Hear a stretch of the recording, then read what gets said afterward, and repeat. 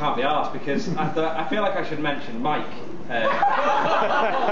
Not the one that's missing, in case you're wondering. No, Mike's the guy that organised tonight, and he basically what he did was he said that he would organise a new act comedy night, and then decided after he'd arranged to do the new act comedy night to go on the same night to a course that teaches you how to arrange things.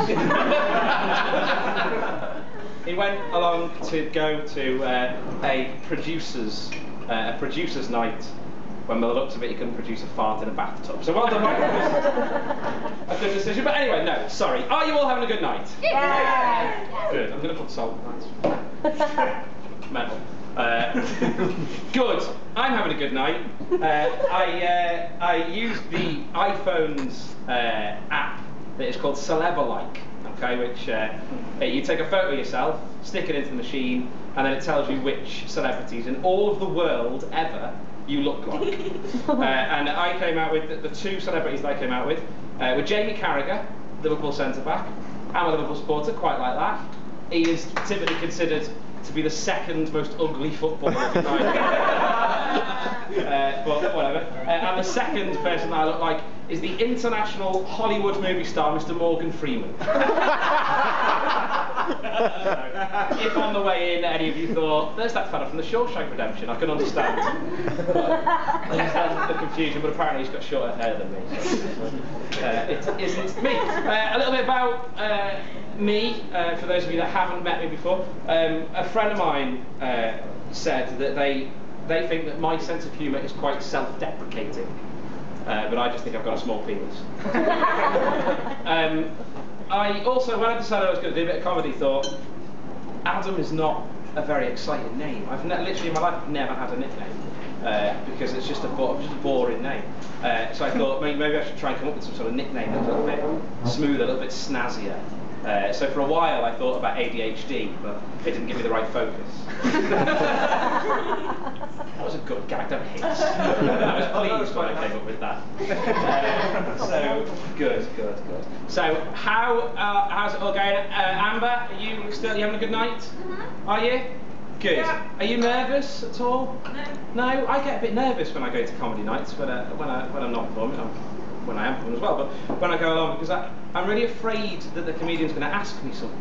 And without blowing my own trumpet, when I'm in the pub with my mates or whatever, I can, generally quite witty, can come up with something, If one of my friends goes, oh, you having a good night? Okay, your mum's having a good night. When I go to a comedy gig, I think, when they ask me, the comedian's like, you having a good night? I go, yeah. And then they walk off and I think, why didn't I say so's your face? Because they're the two lines that will always work. So's your face and your mum. And I think that, if anything, is what's missing from Prime Minister's Question Time.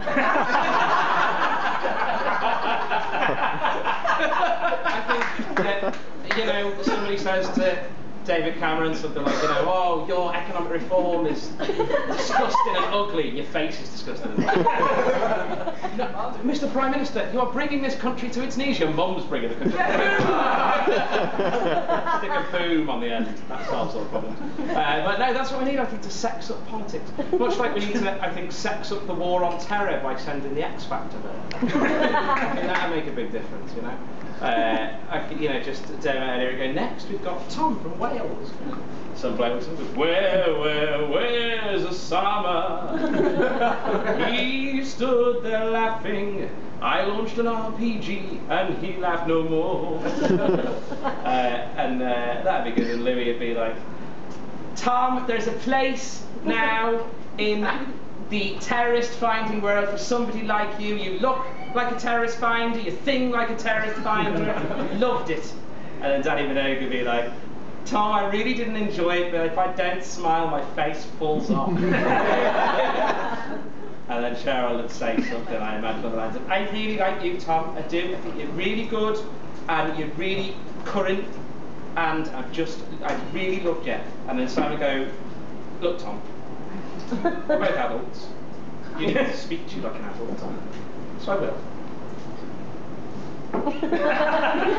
It's 1,337 yeses. You're through to the next one. At which point, I imagine the X Factor voiceover bloke would say something along the lines of, responsible for over 20 terrorist atrocities, 3 million followers on Twitter, 900 movies on Al Jazeera, and you've been framed. It's Osama bin Laden. At which point he'd come on and just go, can't touch this. Yeah, so I'm going to finish on something topical, which is, any of you noticed in the news this business about these weekend schools that are teaching the Saudi curriculum to certain Muslim kids, which basically says a few of the different things it says, but one of them is that if you rob something, if you're a thief, the punishment for a first offence will be that you have your hand chopped off, and the punishment for the second offence will be that you have your foot chopped off, which I just think is so ridiculous and small-minded and offensive, when we all know that if you're a thief, you get sent to Australia. Sorry. Don't bring out the Satanic Bible. I think the other question, this is brilliant, and this is aimed at 5 and 6 year olds. The other question is, what do, and this is another reference to Jews because everyone else has, so I'm going to what is the punishment for somebody that does not believe in Islam, for example, a Jew? So let's give an example, just in case you weren't sure. What's the punishment for those who don't believe in Islam? And the one-word answer is hellfire. So we can't call it a blackboard, because that's offensive. But if you're a Jew, you're going to be punished with hellfire. So those people who are Jewish, you know what's coming. That's it. That's my stuff. You all know me, so should we just sit and chat now?